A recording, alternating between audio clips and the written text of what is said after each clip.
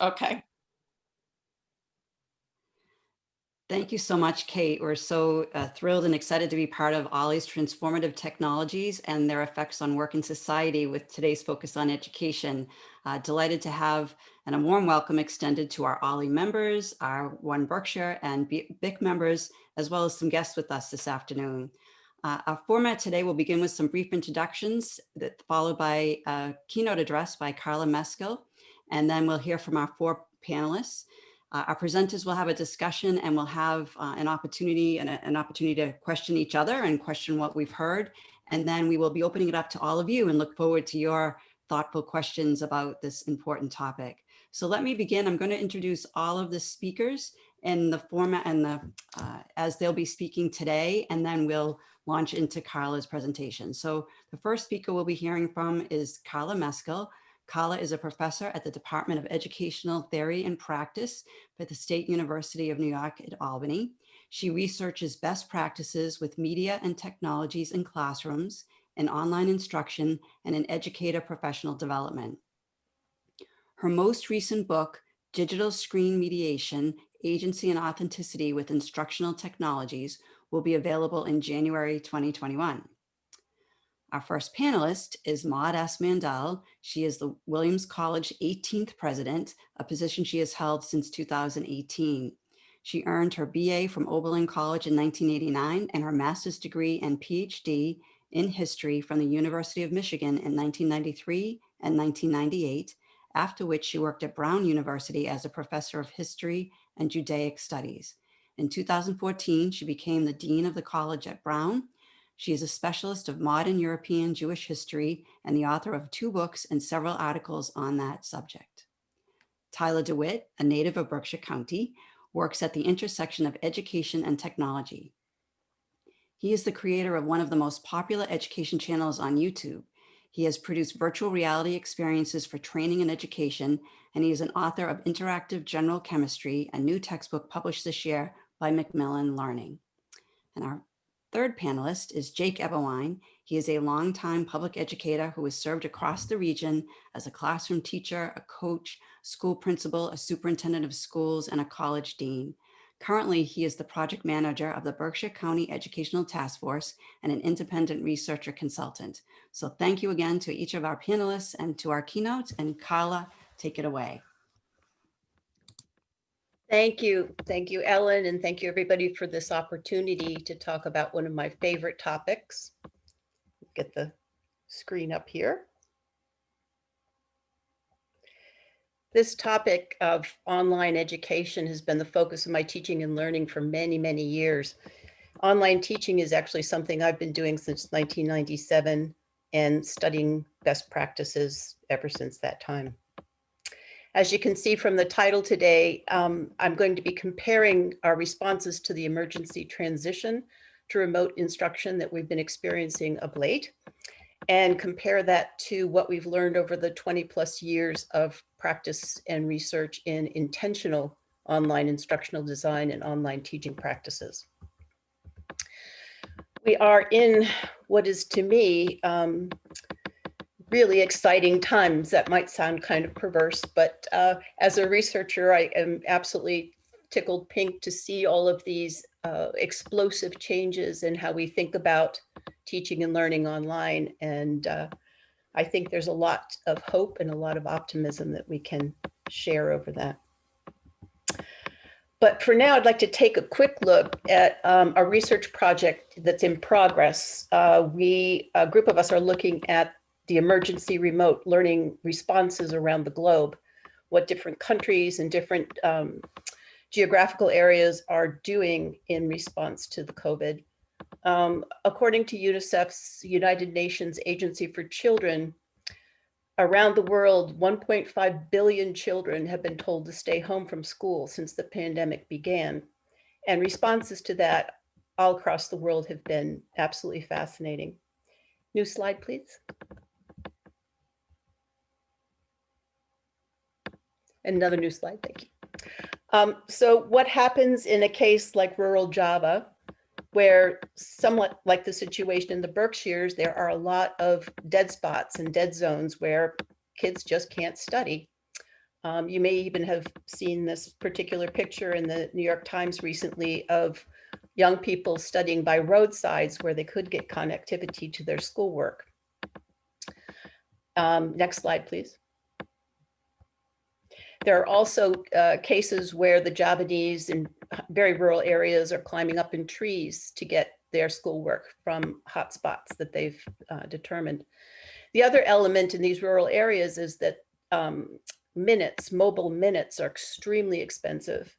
And the parents are taking on, in some cases, second and third jobs to buy those minutes for their kids, who are all sharing one phone to get the instruction from their teachers. So there's quite an effort and a resilience in these areas it's quite remarkable. In contrast, can we go back up one more slide? Oh, I think you have the old one. Oh, we missed the slide. I'm going to have to do a shadow puppet here. In contrast to rural Java, in Hunan province in China, in urban areas, the government has supplied teachers with very high-tech video facilities and video support teams and post-production services to make some really very sophisticated online instruction for all children, K through 12.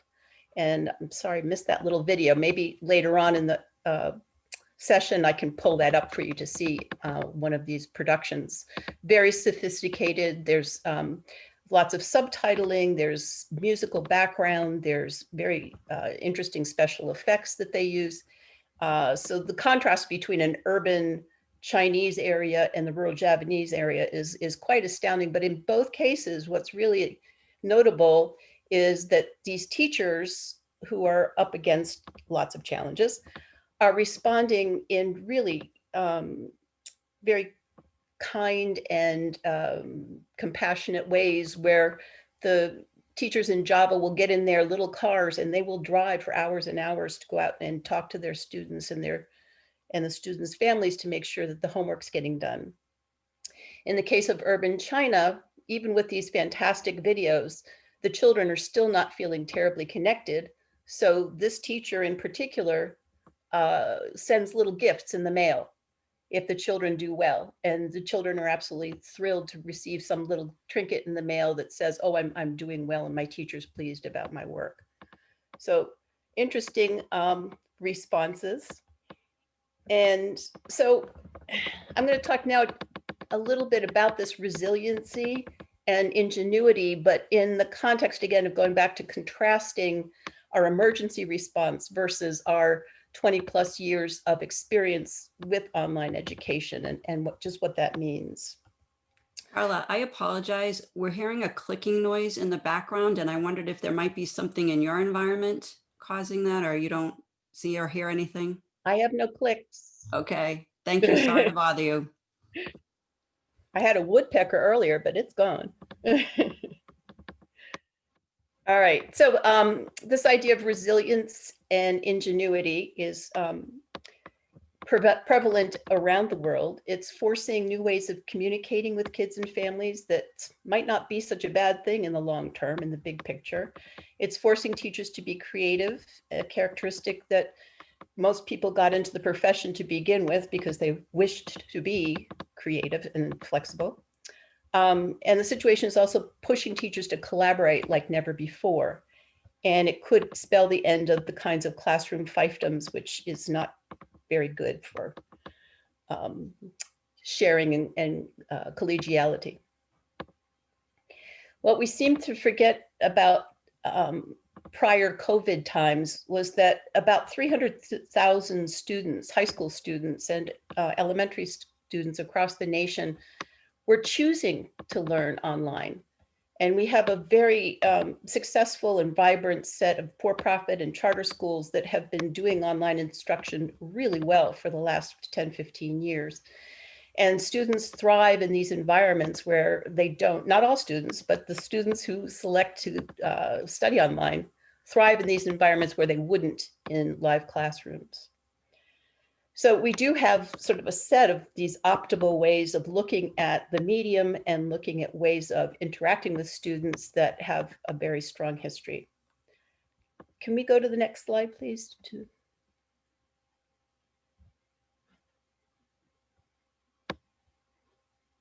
Next slide.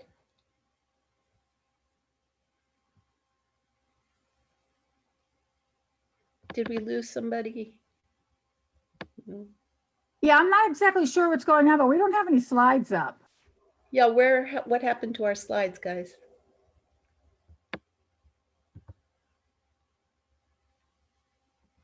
Can I get a share screen? Here we go. There we go. Okay. Can we go down to the constraining and productive analogies, please?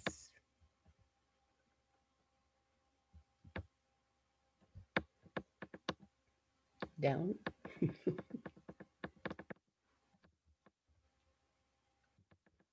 Am I running this? Yeah. Can we go down a few slides, please? Whoever's running the slides. Ray, do you have the slides up right now? Because I'm not. Well, I don't. I see the slides, but I'm not running the slides. I don't know who put the slides up. Okay, just a moment. Sorry, Carla. Okay. Go ahead, Kate. Go ahead, Kate. Can we go down? Oh, I think we put up the new one. Do you want me to put the new, okay. Okay, I'm gonna try to get us back to the right slide. Is this the right slide, Nope, Carla? keep going. Forward or back? Up. Back, sorry. Oh, down. Yep, you have the older one. Down. Okay, so these are the analogies that I'm going to talk as quickly as I can through. We have a lot of productive analogies that have come from the work that we've been doing over the last 20 plus years in online education. And can you hit the enter again for the second time? Yes, and we also have a lot of constraining analogies that are coming out of a response to remote learning that are constraining how teachers are able to use the medium. New slide. So for constraining analogies, I think you've all witnessed this at some point, maybe even experienced it yourselves, speaking on Zoom or any kind of live streaming, that there's this MC phenomenon, the master of ceremonies, where in classrooms, the key to learning is constant exchange and banter between students and teachers. When there's the MC mode, it tends to promote that holding forth that our old-fashioned teachers used to do all the time. They would lecture and sort of hold forth on the subject rather than engage students. So that's a real constraining kind of analogy for teachers. They feel like they have to be on and putting forth, holding forth. The other constraining analogy is seat time. It's got to sort of feel like school. So teachers have to see the kids in their little boxes on the screen. Nope, back. Sorry. They have to see the kids and have them sort of earn their seat time. The problem with that is the technology. One of the greatest things about the technology is the ability to archive action. So kids who are used to being able to forward and reverse through streaming media, they're sort of captive to this MC phenomena in their seat time mode, rather than being able to skip back and forth using the regular video access tools that they're so used to, that we're also used to. So that's another constraint that teachers are starting to get over, I think, I hope. From studies on both classroom and online communication structures, it's really clear that when we do communicate synchronously like we're doing now, there's no affordances of those subtle yet really critical attentional and comprehension signs, those signs and structures that are really critical to effective communication. So there isn't a duplicate of the classroom interaction in any way, shape, or form, and I think we've all been experiencing that. The final constraining analogy, which I could go on about for quite some time, but I'll keep it short, is that technology has agency. I hear novice teachers and older, less technologically adept teachers talking about Flipgrid revolutionizing my class, or TikTok making instruction so much better. But it's that analogy that really retards and constrains thinking about what's more important, which is what you do with it. So I think teachers are also, through these emergency situations, getting used to the idea that it's them who has the agency, not the app. So to sum up the constraining analogies, we use online forums in ways that mirror classrooms, but that's not exactly what we found over the years to be the best way to make use of this kind of technology. So now can we go to the next slide, please? Productive. So some of the productive analogies, what have we learned over the last couple of decades? Well, we've learned that designing and orchestrating instruction that puts students square in the center, that challenges them and empowers them is the way to go. We've also learned that those kids who don't speak up in class have a wonderful new renaissance of themselves in online education because they are not being overtalked or upstaged by those who are more vocal. I can remember my first online class in 1997, and a young woman said, "I've been in school for 18 plus years, and this is the first time I've ever had a voice." So it is a remarkable venue for that, and something teachers are also start getting used to, the idea that students now can have quite a say in what goes on. Both students and teachers enjoy this autonomy and agency of working in their own time, in their own way to undertake instructional tasks. The constraints of time are so much less if you're working asynchronously and you're working in small groups, for example, and there's quite a bit more learning that seems to go on. Working in multimodalities is what young people are obviously accustomed to. We're experiencing a distinct shift away from just textual material when it comes to learning to more visual learning. And that's something that in online venues that can be taken and exploited quite nicely by teachers. And in my experience, my own experience, and in the research literature, we see that online venues are often places where students can exercise their voices as scientists, mathematicians, literary critics, and historians.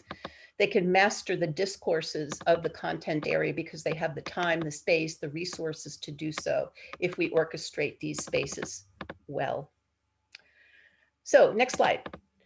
What does it take to support educators? I think you got to go one more. Oh no, you can skip that one altogether. Sorry. An earlier version here.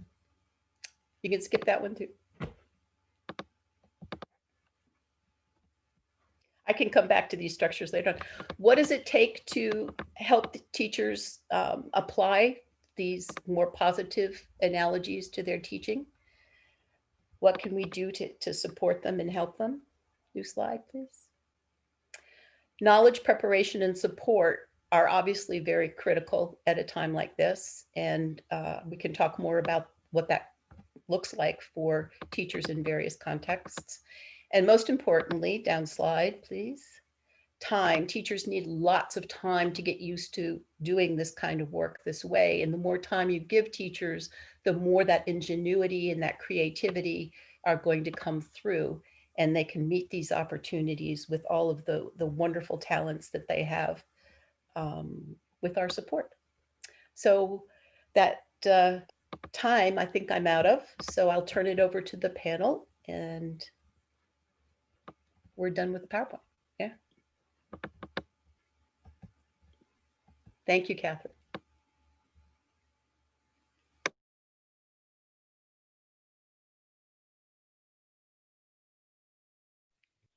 So I think I'm next up. I'm not just leap right in here and do that. Is that right, Ellen? Yes, thank Okay. you. Okay, I thought that was right. So hi everybody. Thanks for the invitation to participate, and to all of you for joining us in this conversation.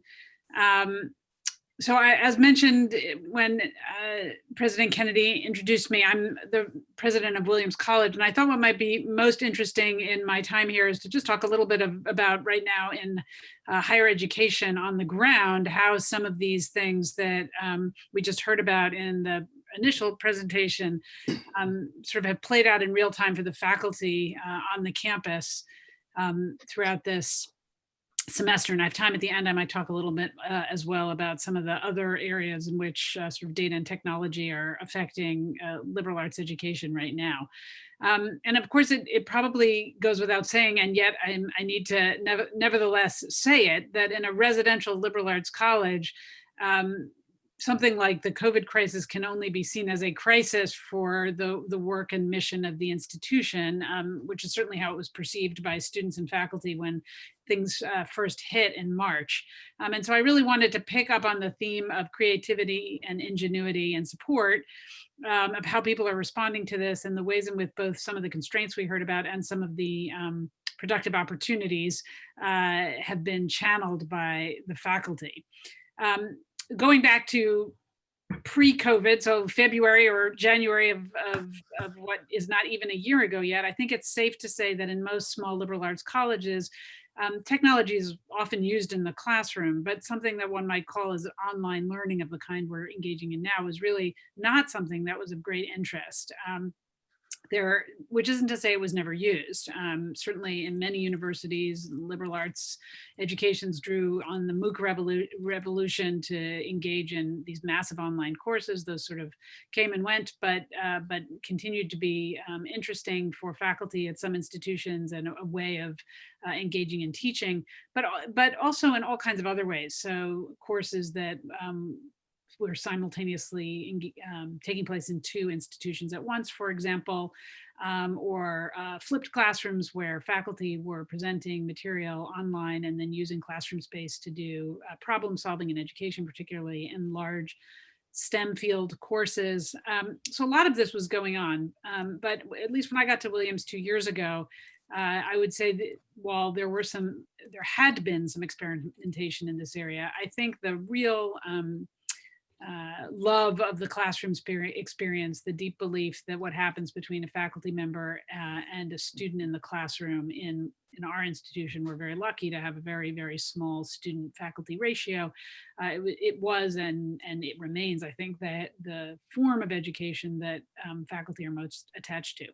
Having said that, when we switched in a matter of hours to remote learning, of sort of a shock to the system, and everybody was immediately forced to be creative. And what's interesting to me and what I thought I would focus on in these remarks is the difference between March and today, because I think and this sort of goes back to maybe the primary thesis in our keynote presentation, which is sort of the difference between, can we use the tools we have available to us and teach stuff?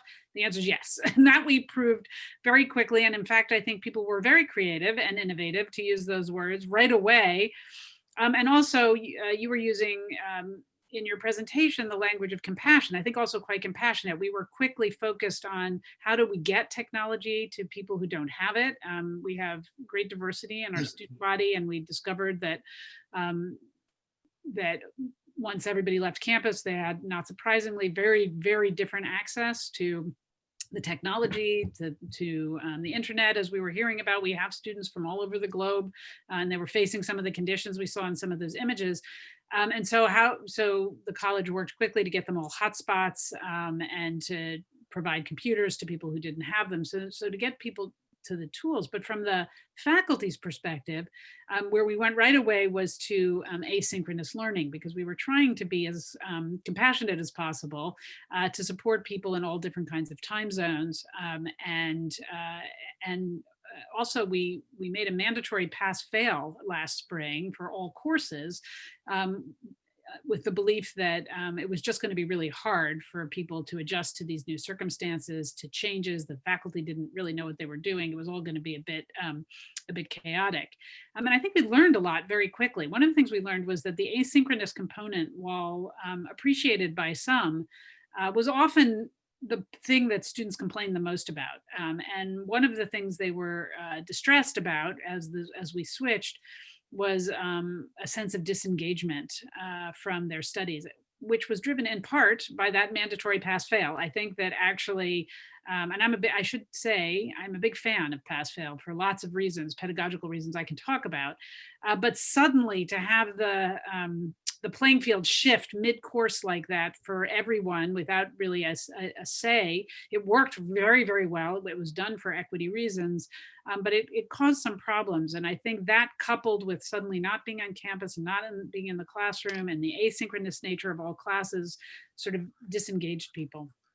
So then over the summer, the faculty had the opportunity, and I should say worked incredibly hard, to update their courses in ways that would actually suit the conditions in the landscape. Now, we do have 70% of our students on campus this semester. That's another story for another day. But over 50% of their courses are still remote, having to do with the range of options we gave to faculty, folks dealing with health issues and childcare issues and all kinds of things. So that meant that the faculty spent a large part of the summer using these kinds of tools that we've been talking about to reimagine their classrooms and getting in a great deal of training. And I mention that because I think, and I'm really trying to pick up on our last presentation, that the pedagogy of online education is not the same thing as sort of throwing your class up onto Zoom and hoping it works well. It was actually really wonderful to see faculty engaged in, I say, those of us who go into this line of work, we teach lifelong learning, but we are lifelong learners. And the faculty at Williams are deeply engaged in their teaching and very interested in making sure that they're having deep impact. And we saw that over the summer as people participated in workshops and discussion groups and sort of tabled everything else they were doing in order to make this a rich experience.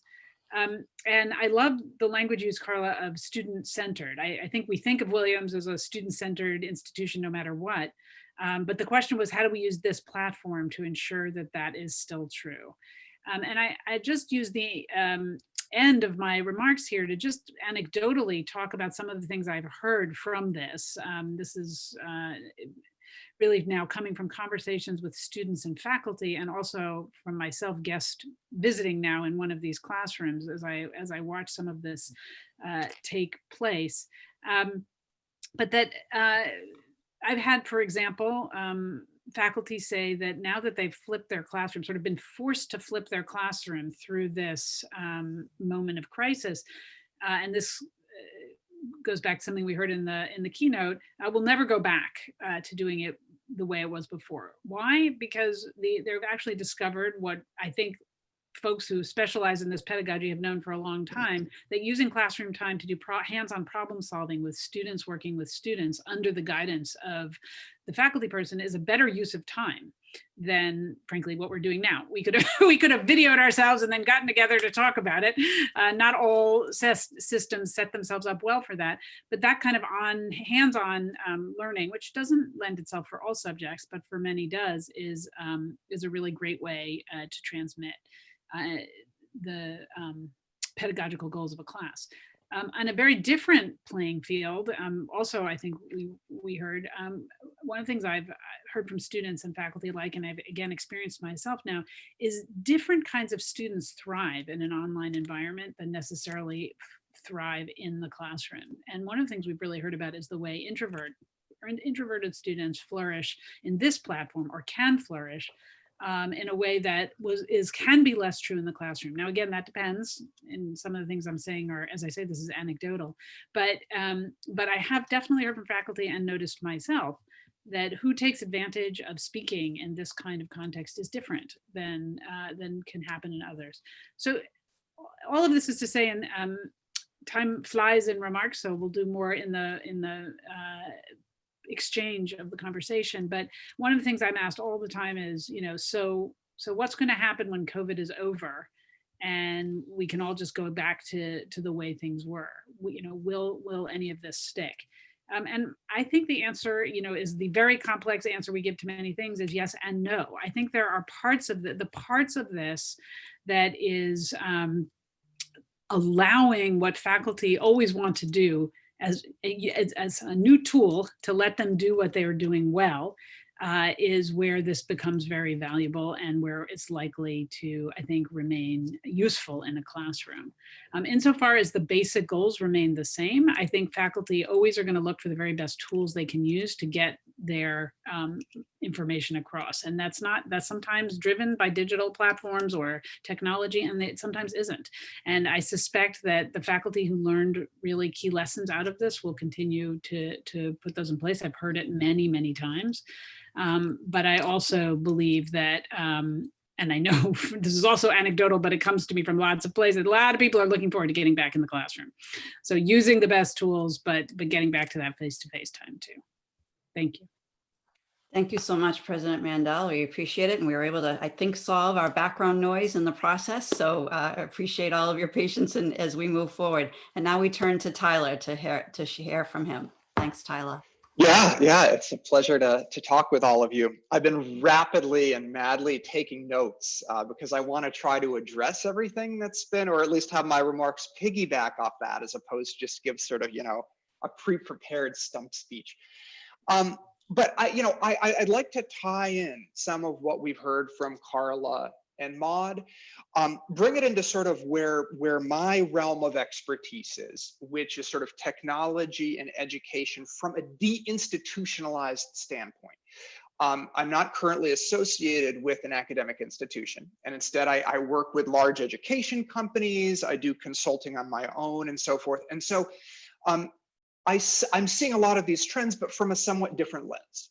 And so I want to talk a little bit about how I see this stuff currently from my lens, and also, where I think this arc may be headed for the future. The first thing I want to do, though, is I just, for everybody in the audience, in case you're a little unclear with this, I just wanted to give a little bit more background and define a term that both Carla and Maud have used. And that's the idea of a flipped classroom, because it's sort of a new term for many people. It's been around for a long time, but just to let you know what that is when we say that teachers are moving to a flipped classroom approach. The idea behind a flipped classroom is that classroom time, face-to-face time between students and instructors, shouldn't be used for the instructor to just convey content, right? They shouldn't just be speaking at students. And we see this particularly in STEM courses, right? Science, technology, education, math, where often an instructor's job is to just blah, blah, blah, blah, blah, explain this here's how you solve an acid-base problem. Here's how you integrate a calculus thing. And the idea is shift that out of the classroom. Let the students understand and absorb the content outside of the classroom. Now, this is usually done in video form. Khan Academy, which you may have heard of, it's an online repository of all these videos created by this guy, Sal Khan. Sal Khan really popularized the idea of flipped classroom, although he was not the first one to invent it.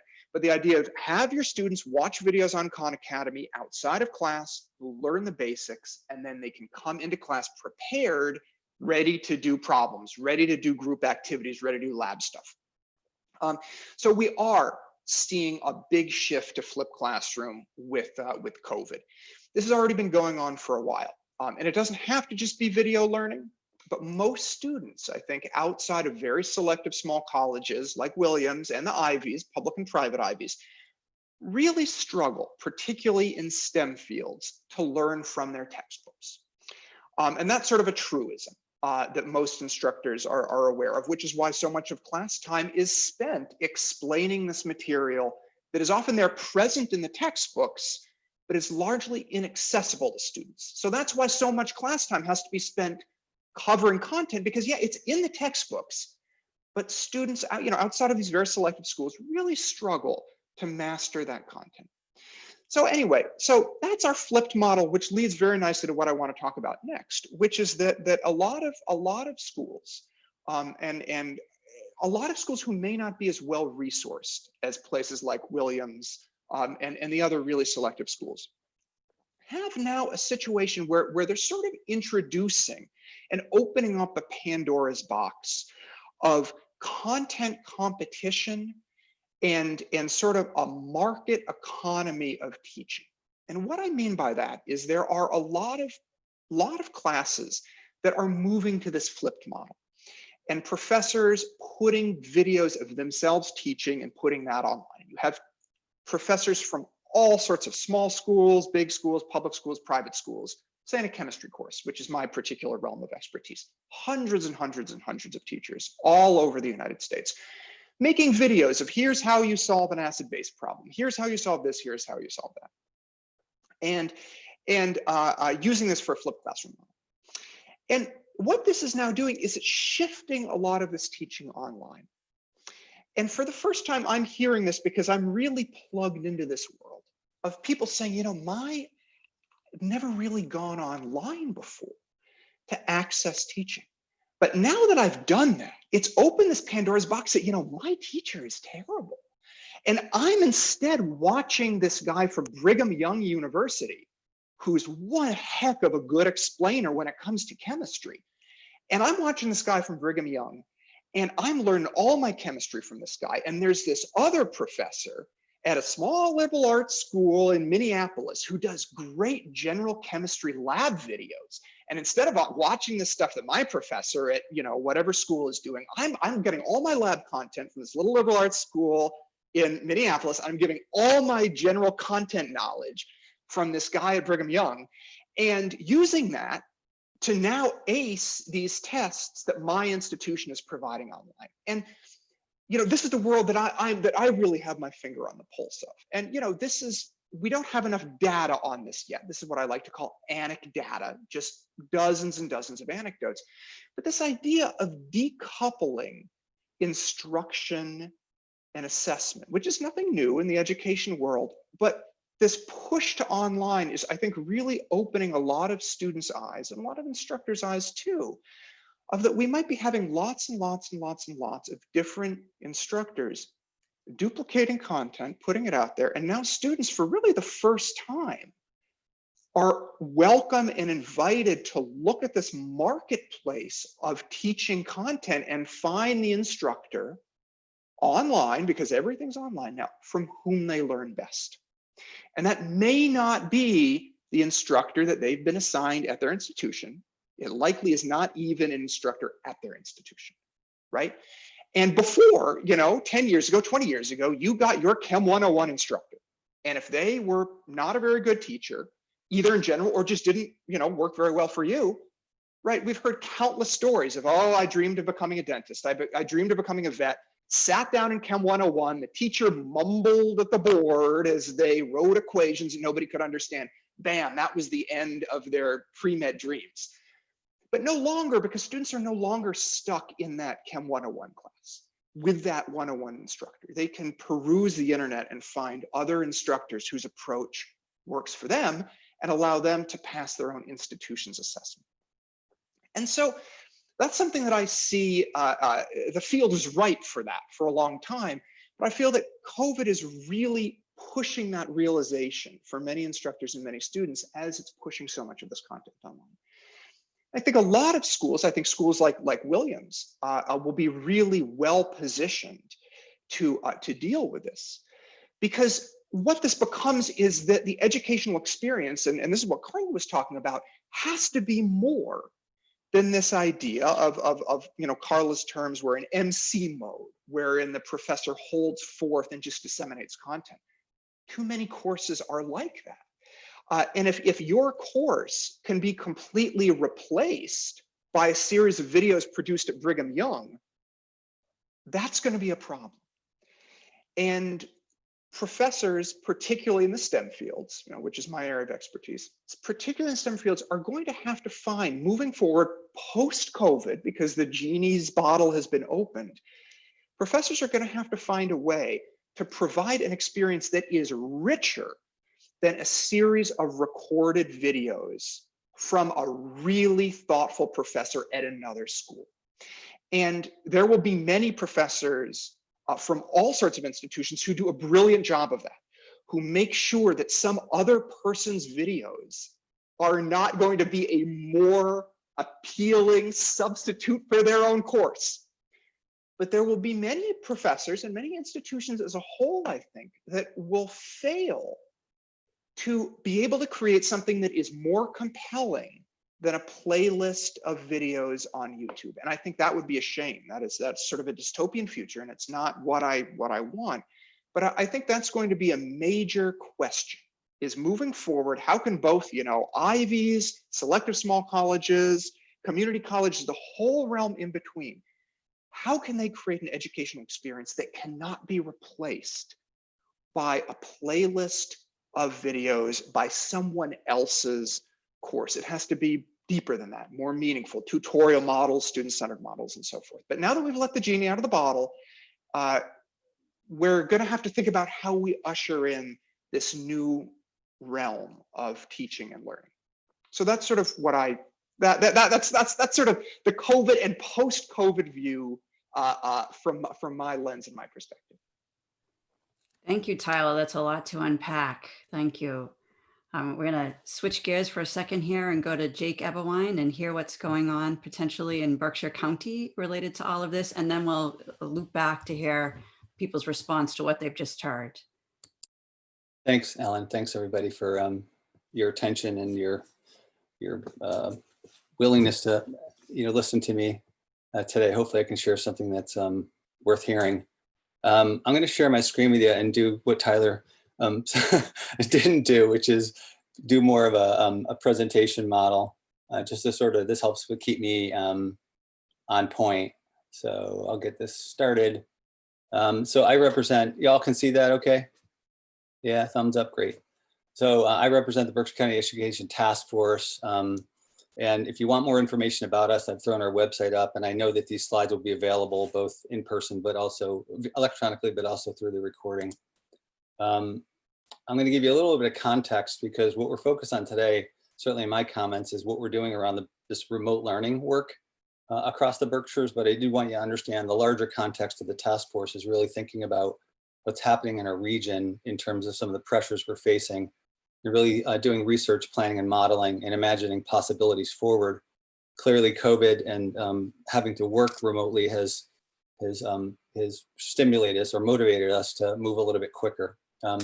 We're also involved in an aggressive high school project, which is looking at re-envisioning the high schools through the Barr Foundation. So again, going to focus on BRLI today, but I just want to give you a little bit of context.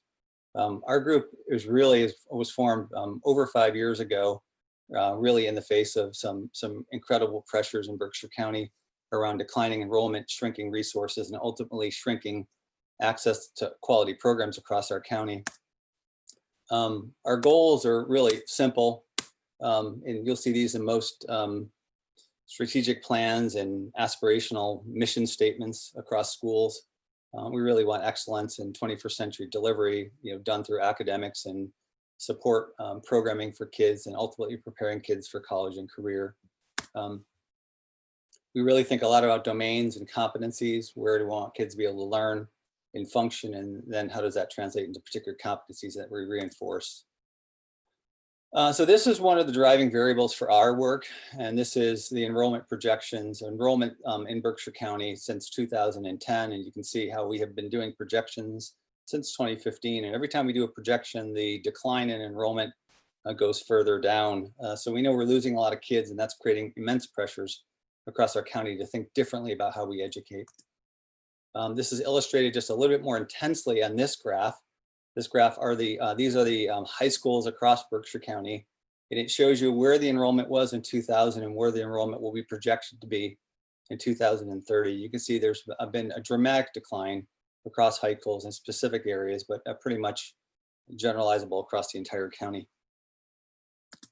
Our work has really led to thinking about how do we organize the county in different ways. Do we maintain the 18 districts we have now? Do we think about it in terms of 3 subregions or 1?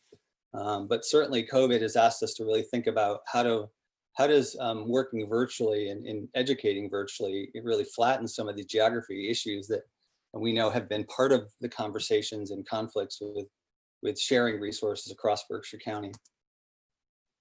Our work this year has been focused on 4 areas: ed quality, financial systems, doing public outreach, but I've circled sub-regional because we had intended this at the beginning of this year to incentivize a couple of school districts to work on 1 or 2 collaborative pilot projects. And that's really what led us to this thing I'm going to talk about real quickly today, and that is the Berkshire Remote Learning Initiative. In March, when the schools went through the transition of having to close down really quickly and try to figure out how to educate kids remotely pretty much overnight, we as a group, and we are primarily a planning, modeling, and research group, we're not necessarily a doing group, decided to jump into the world of doing. And we decided that we could help mobilize resources, get experts to the table, and build some sort of consortium that would help our school districts to navigate this really unprecedented time. For me, it was a very personal thing. These are a couple of my kids. Last year, I had 3 kids who were in high school. One graduated, so he did the whole virtual graduation thing. And then I had a daughter in graduate school. And productivity last spring looked something like this. It wasn't very. So I'll be honest with you, I was sitting here at my desk watching my kids do a whole heck of a lot of nothing, saying, we got to do better and we can do better. So let's work on this together. In contrast, I saw my daughter, who happened to be in London in her graduate studies. She's a graduate student American, on a Sunday be told she needed to get out of the country, and on Tuesday morning be enrolled in an online course through American. That's how quickly the colleges transitioned. I'm not saying it was perfect, but they moved fast. And so I use that sort of as a study in contrast. So the question is, what happens when this sort of traditional ecosystem of classroom breaks down? There is no classroom ecosystem. The borders are knocked down, and we are operating in this sort of remote virtual universe where everyone is scattered around in different places.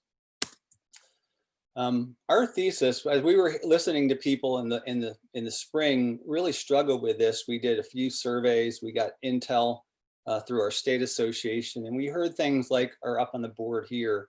Things like teachers didn't have the right tools.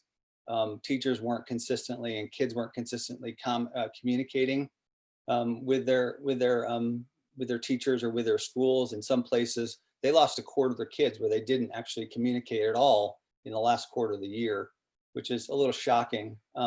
Most families were overwhelmed, were confused what to do, how to navigate resources.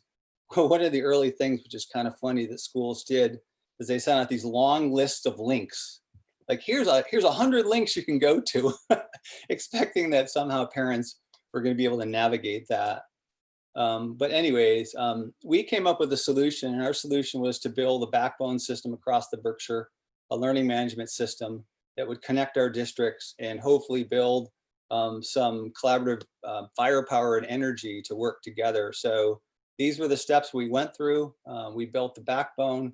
We ended up selecting a learning management system called Canvas, which is highly used in the colleges. In fact, 2 of our colleges use it. And actually at BCC, their lead in instructional technology is highly trained in it. So we had some great local knowledge base that we had here. We built a network and a system of school-based champions that we highly trained to deliver the work. We started creating a curated space where we were trying to manage all the resources in some sort of quality control way. And then we really focused on training and troubleshooting. And it was really this transition from working alone, working in the realm of I as a district, to really thinking about we as a region. And I think I actually stole that from David Brooks, who wrote a column in the last few days specifically about this in the transition in society. I thought it was very relevant to what we're doing too. We did lead with some assertions on our project because we knew it wasn't perfect. We really felt that it was very important to equip teachers. We recognized that teachers did not have the training in teaching in an online environment. And I had the privilege to be a dean at Mass College of Liberal Arts for 6 years. And during that time, we transitioned our entire summer inventory, in effect, from in-person to online. And I saw how hard it was. And it wasn't an overnight process. You really need to give people give professors intensive training. So we knew we wanted to lead with our teachers and make sure they were fully supported. We never assumed that online would replace teaching. We always knew that there would be a percentage of kids who would not be serviced because of internet gaps, home supervision, learning gaps, internet access gaps, things of that sort. So ultimately, I'll skip forward just a couple things. This is kind of what a dashboard looks like in a learning management system. This is what a student would log on to, and they would have a couple of courses. They would click on the course. This is what they're experiencing right now. This is pretty familiar to people who've taught at the college level. And then ultimately, if you click on one of those boxes, up comes your course. It's very well laid out. You know what you have to do on a particular day. It's very scripted. We really believe that this would be useful. The question certainly came up that how are we going to do this with little kids? And of course, we found there were all kinds of really creative ways in which elementary teachers were building a very accessible, grade appropriate tools and platforms that really would be accessed both with parent and with student together in a collaborative way. So this was something that certainly caught me by surprise because my experience was not in the elementary grades. But anyways, moving along, I'll just skip forward a couple part. One of the key features of our project too was that if we imagine that each of these circles was a school, we wanted to build a virtual collection space.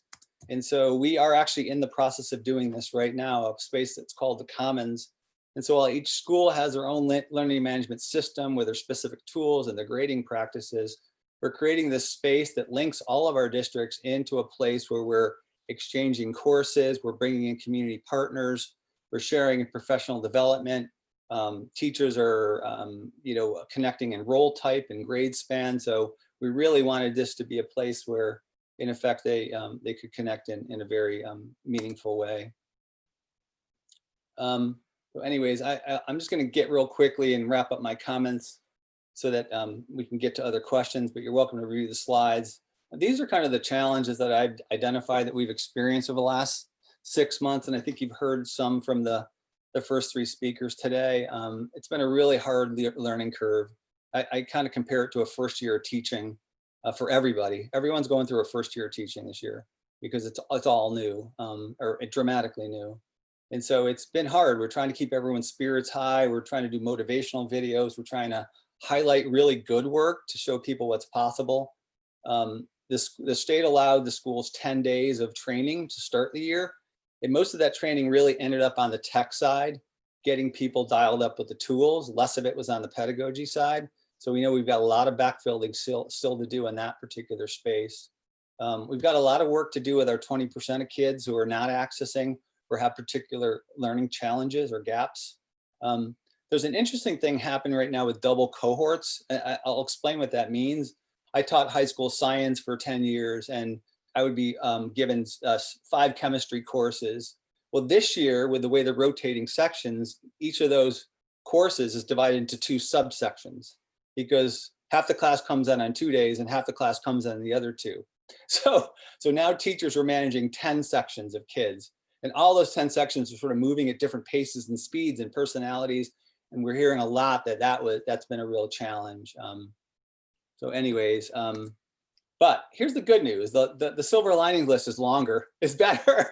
We've seen a lot of really unintended positive consequences. Here's a few goofy ones at the top. Our kids are sleeping more, our high school kids, and I can testify to that with 2 still in the house. Family contact time is up. Well, obviously, right? School to family contact. We're seeing schools do a lot of intentional contact with their families this year, more so than we've ever seen in the past.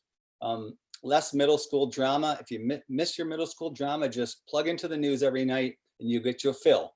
But there is less middle school drama in reality now. We're finding that kids actually can't disappear. This is an odd thing that I didn't expect to find, but there are kids in the regular in-person face-to-face education who kind of sneak through the day and kind of do what they need to do, but are not really, no one really calls attention to, and they don't call attention to themselves, kind of falling through the cracks. Online is really hard to fall through the cracks. You know whether kids are participating or not, the diagnostics are there, and it's really interesting. And then when they're not plugged in, you got to go hard at them and figure out a way to go at it. Some of the other things have been already named in terms of deep thinking about pedagogy and flipping instruction.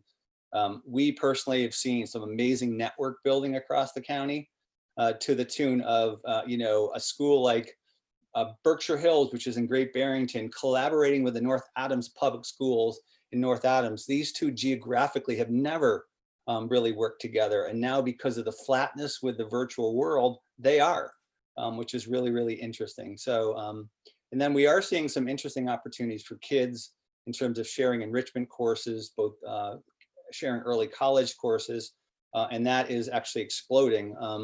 And we expect that'll continue to grow. So some really positive things coming out of all of this. And then the last thing I'll just mention is we have 8 districts involved right now. It's about 70% of our county. We're hoping as we head into next year, we get the rest. But this is a graph that many of you probably know. This is from Clayton Christensen, wrote a book called Disrupting Class, which is about 10 years old now. He talks about paradigm shifts in technology. And if you haven't read it, it's a great book. But this is where I imagine we are right now in this space between trying to figure out whether we're going to go back to the old method, which is blue, or we're going to shift over to the red method, or maybe end up somewhere between in terms of what we learn from online education and how we track forward. So I'll leave it at that and stop, and hopefully that wasn't too much. That's great, Jake. Thank you so much. We are about 32 minutes from when we're going to end this session, and we want to give our attendees our opportunity to ask questions, but I'm wondering if any of you have questions for each other, or a theme you wanted to pick up on, or something you wanted to comment on before we open it up to questions from others. No one jumping in right now. About So what's being done to assist students with no access or adequate broadband. Yeah, and it's kind of interesting because I think the question hits 2 things. One is that there was an assumption in Berkshire County that we had internet gaps, which we do, right? Because we have rural areas of the county where you just don't get it. But we also have rural internet gaps in cities, in Pittsfield, and that is where people can't pay their cable bill or can't get access. There's been a significant amount of money that's been invested by the schools in closing these gaps, whether that's hotspots or whether that's reductions and subsidies to get access onto sort of a basic cable plan. Schools are on this and working really hard. And then the other thing I will mention is that Canvas was one of the things that attracted me to it early on, is that you can actually do it offline. You can load content and and basically provide it to students. You can do that one of 2 ways. Either you're delivering thumb drives, you're delivering rotating laptops, Chromebooks. And so you're loading the software or the assignments for the week onto a device or a hard drive that can be downloaded and then would have work for the year. That doesn't solve our synchronous challenge, but it definitely keeps kids with relevant content. I had a question for you, Jay, because just one thing you were saying of one of the upsides was it's hard for students to get lost. One of the things I'm hearing from admissions officers at Williams about the broader high school landscape from across the country is that there are students completely lost, that that in fact they're not showing up at school, and it's much harder to track and trace them. So I guess I'm curious what the impact here has been in the Berkshires around that particular issue. Yeah, I mean, first of all, there's 2 things going on. Obviously in the spring we lost a lot of kids. And I think that was pretty ramped across the state. Right now, I think the idea was we were going to lose kids. We were going to have disengaged kids. And the schools now are, I talk about the 80-20 rule. Maybe it's 75-25, maybe it's 60-40. I don't know. But 60 to 80% of kids are going to participate, right? They're going to be on, and this system will work for them in some degree. But we're going to lose that 20 to 25%. And then how do we address that? And that's really where I think the school is able to concentrate these teams of educators. Now they've got adjustment counselors, they got guiding counselors, they have role types that with kids not in school or actually have additional time. And that's where I think we're seeing right now, and we're about at that point, only about a month into the school year, because they started on September 15th. So now we're starting to see kids drop off, and we're getting these really rapid response teams that have role types going after the kids to figure out what's going on, where are the gaps. The other thing too is that we are seeing some real ground floor level work around community pods, which is bringing kids into designated community spaces on the days in which they're not assigned to be in school, and having some degree of adult supervision, adult coaching, to help work through that. And so I think, if I were to wave a magic wand right now and make something improve sooner than later, it would be that. How are we supporting kids when they're not actually in the building? Yeah.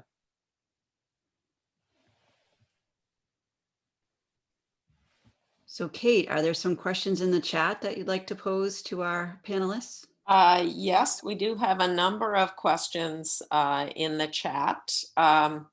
So I think this first question is from Bob Braddock, and Carla, I'm going to address it first to you, and then other people can chime in.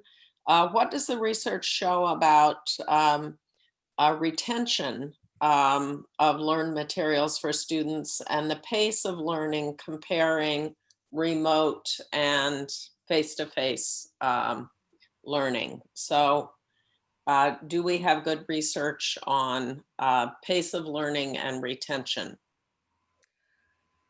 I don't think you could call it good research because it's comparing apples and oranges. It's really about the instruction itself, not about the medium of delivery.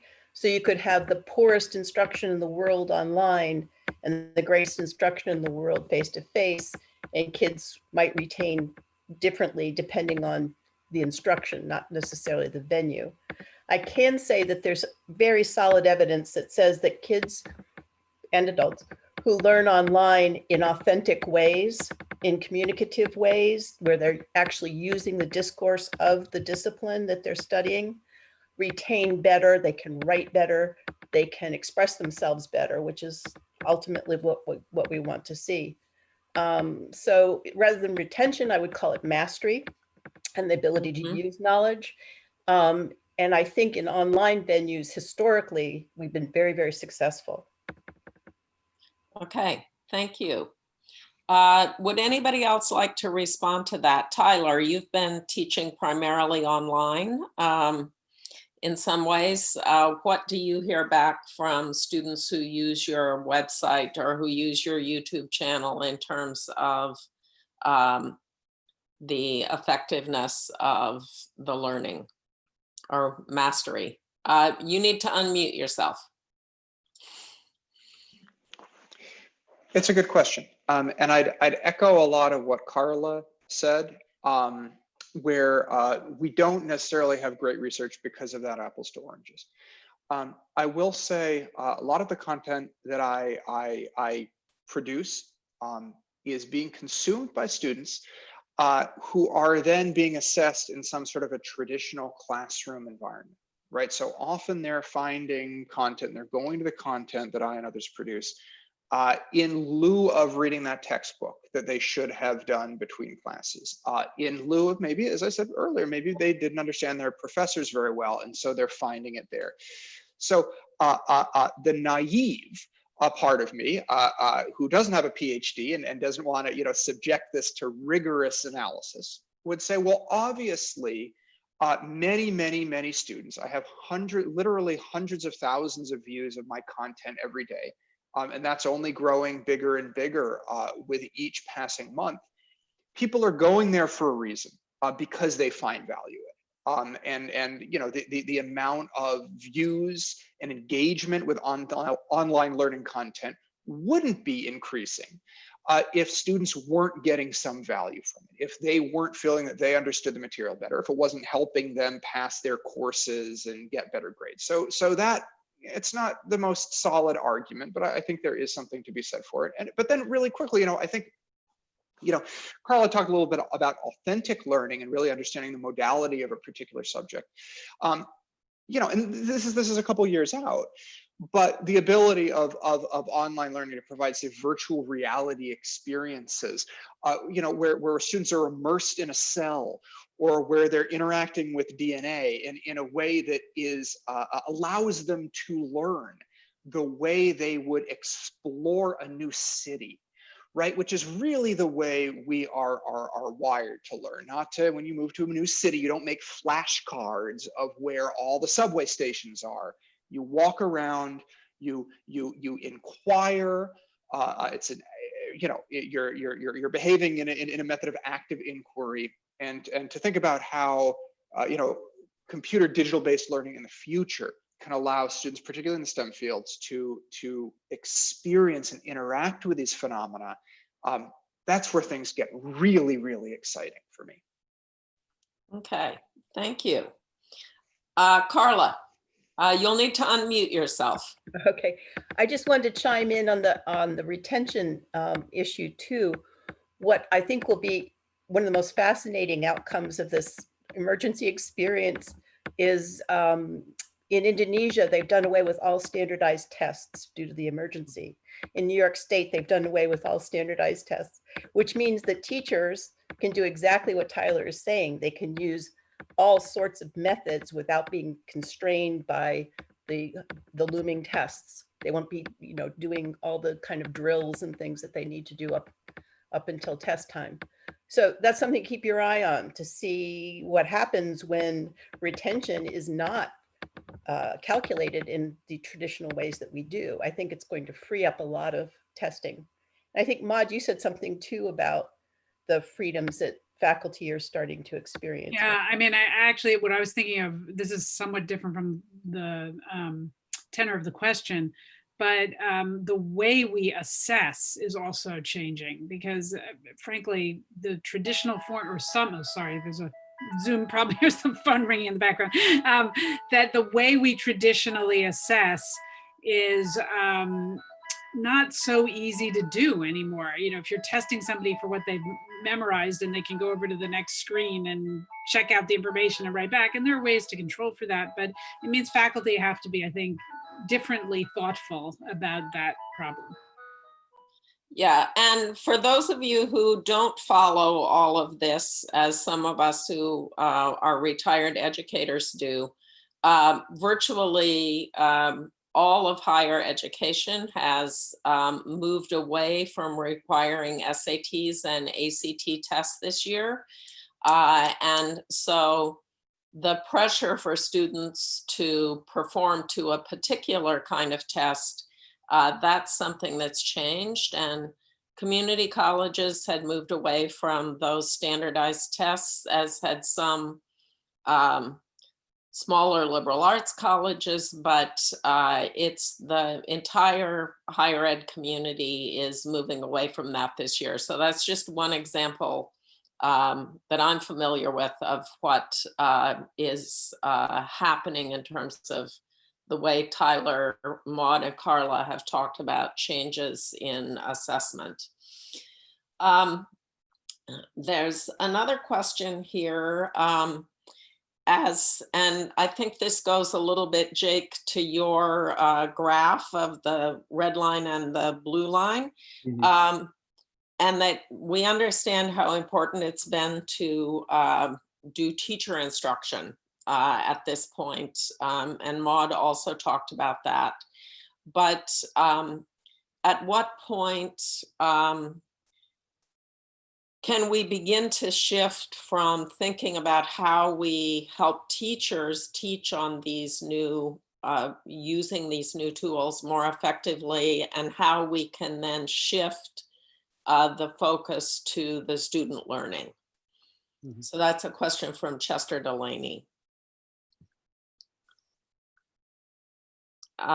Carla, do you want to start with that and then maybe go to Jake and see how that has shifted within Berkshire County, or whether you feel that that shift has taken place yet? I think we're in process. I do teach teachers. That's most of my students are studying to be teachers or teacher educators. And there is a growing realization that we are now very much a visual multimodal world, and that text-based learning is really a thing of the past. It has to have the other modalities involved. So there's been a great embrace of that. And also this learner-centered aspect, with all the differentiated learning that's required in K through 12 classrooms. Every student is an individual with a particular trajectory. And I think teachers are coming around to that. They have been for the last 10, 15 years due to the research on the effectiveness of tailored instruction, rather than treating all students as homogeneous people. Okay. And Jake, do you see that in all the work that was done this summer with teachers that are you able to begin to shift the balance from getting the instruction to the teachers to really focusing on the effectiveness of the teaching and the learning? Yeah, I mean, it's a heck of a question. And I think Carla summed it up nicely. In some ways, the online environment allows for differentiation in an efficient way because the software tools and the plugins can be so quickly customized and then pushed out to individual students based on how they respond to learning activity. And I'm, thinking to my first year as a teacher that, when I taught the concept, I taught the concept and some kids got it and some kids didn't, and we moved on, And so it really is, in some ways, it does set itself up for more of a mastery learning model. We're doing a lot of conversation in this parallel project with the Bar Foundation about what is it that we want kids to come out of high school with. And many of our high schools still have the residue of a very, very traditional model that hasn't changed a whole heck of a lot. And how can we really think about that differently? And does this give us the push to do that? So I'm not sure I completely answered the question, but that would be kind of my quick take on that. Okay, thank you. And there are two questions that pick up sort of the threads of the last question. And one has to do with how can these online platforms help with students who learn in different ways? And can different learning styles be managed more effectively, or can they be managed effectively? Leave out the more. With the online platforms. And the second question is what is being done to change, for example, in the university environment, is teacher training changing this year because of what's happening with COVID? I mean, I can speak to the latter of that, which is, I alluded to a little bit in my remarks, but I mean, at some level, once you're a tenured faculty member in a institution of higher education in this country, your training is on you, and it ends, and for better or worse, in the way higher ed is organized in a lot of places in this country. And one of the things I found so noteworthy about the summer is how many of our faculty flocked to various sessions, seminars, discussions, information exchanges that people did over the summer precisely to prepare for this, having come out of the spring and felt like they had sort of limped to the finish line, but wanted to really do a good, robust educational experience for students this summer. So training would be, it's an interesting word to use because we didn't have enough time, in a sense, to create all new training programs over the summer to prepare for this fall. But we had people on campus already who were knee deep in helping any faculty member, whoever wanted to go in that direction, to think about how to use new tools to reach new kinds of students and in different ways by using these kinds of platforms. And those folks just, jumped into high gear over the summer and helped create all kinds of opportunities for faculty who wanted to do this. And I think the overwhelming majority took advantage of those opportunities. Okay, thank you. Carla, do you find that faculty members at SUNY Albany in the education department are thinking about teacher training in a different way? And there was also a question about how will student teachers do student teaching this year? That's a big one. We're still struggling with that. Our student teachers are doing a hybrid of following their cooperating teachers who are teaching online and using this bank of board certified teacher videos of expert teaching. and doing their own teaching online. So it's a whole new experience for student teaching. And it's been very creative. It's been very tailored to individual teacher trainees. Very, very interesting process. In terms of what we do at SUNY for teacher education, we've been in the online teaching business, as I said, since 1997. We offer a full master's degree in curriculum development and instructional technology, and in that degree, you can also get a special certificate on teaching online. So you have those specializations also within our doctoral programs and within our teacher education programs. So we've been doing it for a very long time. But like I said, we're learning too.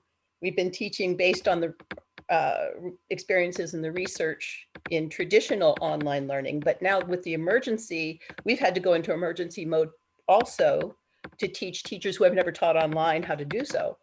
And it's been incredibly exhilarating these last months, to say the least. I hope that answers the question. There was an earlier question about tailored instruction and individualized instruction. We just did a study that came out about a week ago of teachers all around the world and what they thought was the most valuable aspect of teaching online. And across the board, it was, I can connect with my students better, my individual students. I can speak with them, I can tailor to them, I can remediate with them, I can be friends with them in ways that big old classrooms just never afforded. Okay, thank you. And I'm going to give a plug to SUNY Albany here. In doing the research for this panel, one of the things we discovered is that the SUNY Albany Educational Technology Program is a top 10 program in the United States. And I spend a lot of time watching videos and reading about faculty research at different institutions. And that was how we identified Carla. So we really do have one of the very best programs right here in our backyard. There is another question. How can we replace chance student-student interactions that results in greater insights into the subject material? How can we change that from chance to more directed student-to-student learning? And is that happening online? And that's a question from Paul Gluck. Carla, do you want to? You'll need to unmute yourself. I'm happy to address that if anybody wants to. Absolutely, go for it. Okay. With learning management systems, which Jake talked about a little bit, you can actually create spaces for students, breakout rooms they're called, where students can do individual work. You can also point them to social media. Most online courses now have a social media component, a Facebook page, Twitter page, TikTok, some adjunct spaces where students can be sent and do work together. I always have my teachers doing small group work, pair work, for which they're responsible for creating some kind of teaching product for the rest of us. I mean, there's always a stake in them doing these kinds of pair and small group activities. So again, logistically, it's quite streamlined. It's probably easier to do online than in the live classroom because you have less of the hubbub. And it's been quite effective for me and for my teaching and for the teachers who I work with. Yeah, I mean, I would just jump in here to say this is, certainly in a residential learning space, this is one of the great losses, is what one would call the outside of the classroom learning, where serendipitous contact between students leads to all kinds of things, including great learning, and not solely that, friendships, all kinds of wonderful things.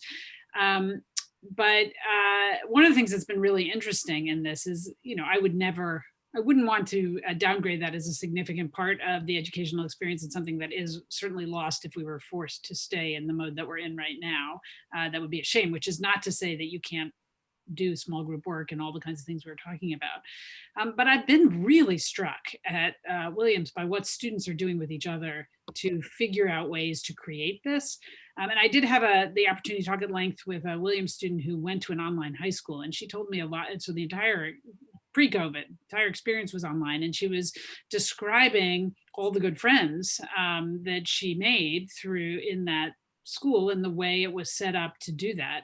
And then she told me about that in the spring as we had all transitioned into this.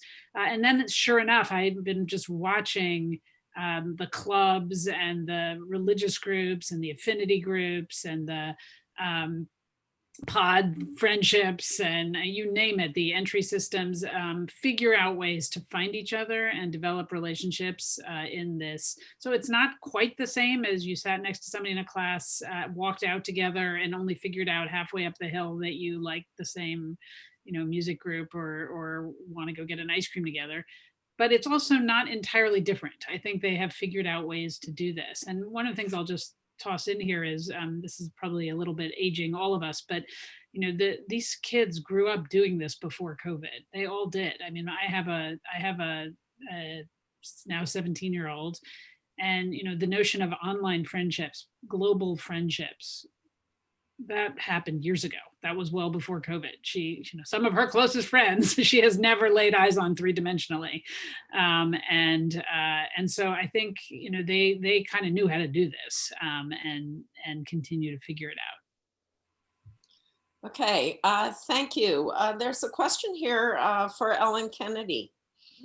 Ellen, we've heard what's been happening in the K-12 environment from Jake and the online environment from Tyler and the higher four-year institutions from Carla and Maud.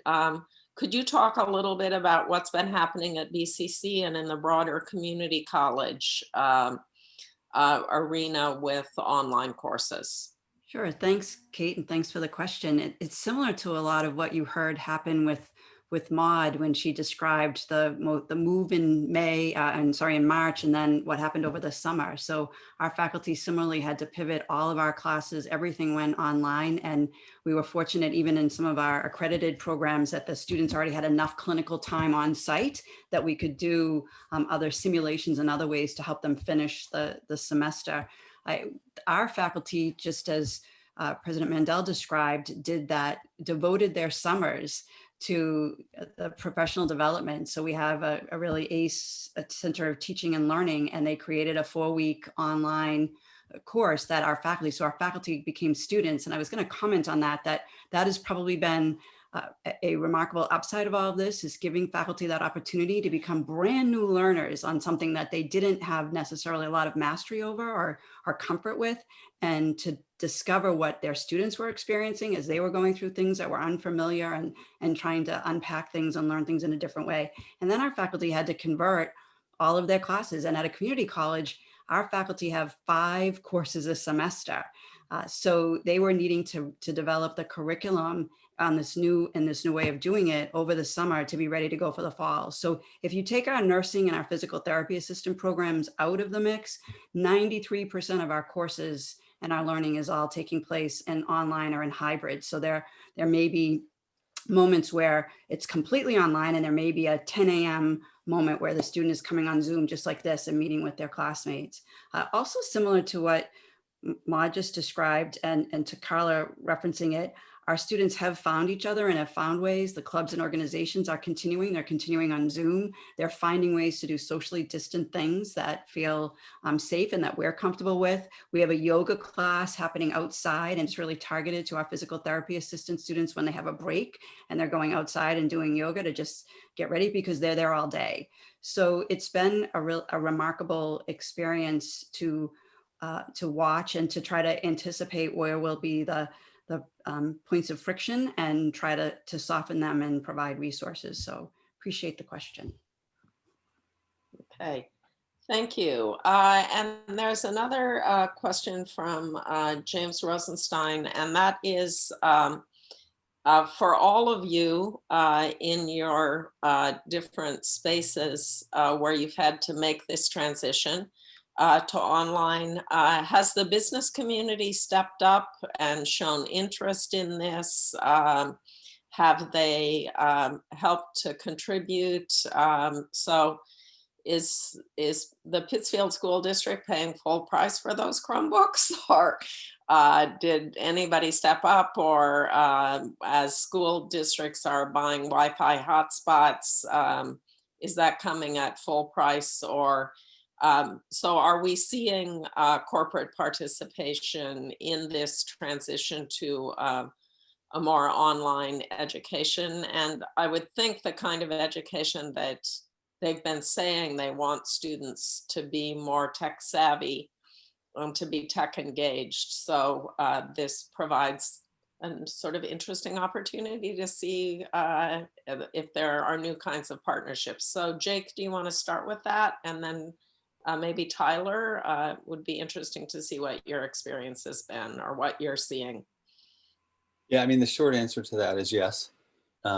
So the business community, the roundtable, leadership councils have been very plugged into the task force work since the beginning. But in the last 6 to 9 months, we've actually raised quite a bit of money to get this initiative off the ground. And that money has come from foundations, banks, private donors. Money has flowed through the CARES Act, through municipal relief funds. We've got an ongoing conversation with the Department of Education, looking at our project as a pilot for how a region might tackle a problem more cohesively, because, you know, as in Massachusetts, we don't tend to function that way at a county level. So no editorial there, but but yeah, we've generated, I think, more than 50% of our carrying costs for this year from outside of our budget. Okay, thank you. And Tyler, are you seeing businesses jump into this space in a different way? You need to unmute. Absolutely. You know, certainly, educational organizations, textbook publishers, content, content providers have almost universally, in my experience, have been making a lot of this material that's typically, they typically charge for it, is being made available for free. The textbook, for example, that I just finished with Macmillan Learning is all available online, and videos and interactive experiences, and we've made that free for any professor during this pandemic who wants to use it for their classes. And I know, Pearson and McGraw-Hill and similar organizations are doing the same thing for their digital assets. Okay, and I have a follow-up question for you, Tyler, which came in, and that is, does the material that you're creating, either the material with your YouTube channel or the material that you've created with this new chemistry textbook, does it have that sort of interactive component where that students can manage themselves? It absolutely does not. It is sort of a digital video version of a book. And so however the professor or instructor or teachers would want to surround that with other interactions and assets, they're free to do so. But my big focus is just on the specific content. Okay, thank you. We are out of time. So Ellen, I'm going to just hand this back to you for a moment. And I want to personally thank all of our participants. President Mandel had to go to a meeting at 3 o'clock, and it is exactly 3 o'clock. So she just left us. But Ellen, would you like to wrap us up here? Thanks so much, Kate. And I was asked by President Mandel to extend her grateful thanks for being a participant in this panel, and her regret to have to leave just ahead of when we stop. I thought this was an excellent capture of what is happening in I don't want to say an industry, but in a sector of knowledge acquisition that is changing and is being disrupted in such important and dramatic ways. And I'm so grateful to the panelists and to our keynote for setting us up and having us think about these things as we go forward. And I hope that this informs the coming sessions that we're doing with our OLLI group as they think about what they're about to do and how so much in all of our realms of existence are changing right now, but and at every generational level. So thank you, Kate, and thanks to the whole OLLI team and One Berkshire and the BIC for letting us spend some time with all of them today. And a grateful thanks to our wonderful panelists and our keynote speaker today. Thank you again. And we'll look forward to possibly having you back at another time. So Thanks, thank Kate. you very much. Thank you. Bye-bye.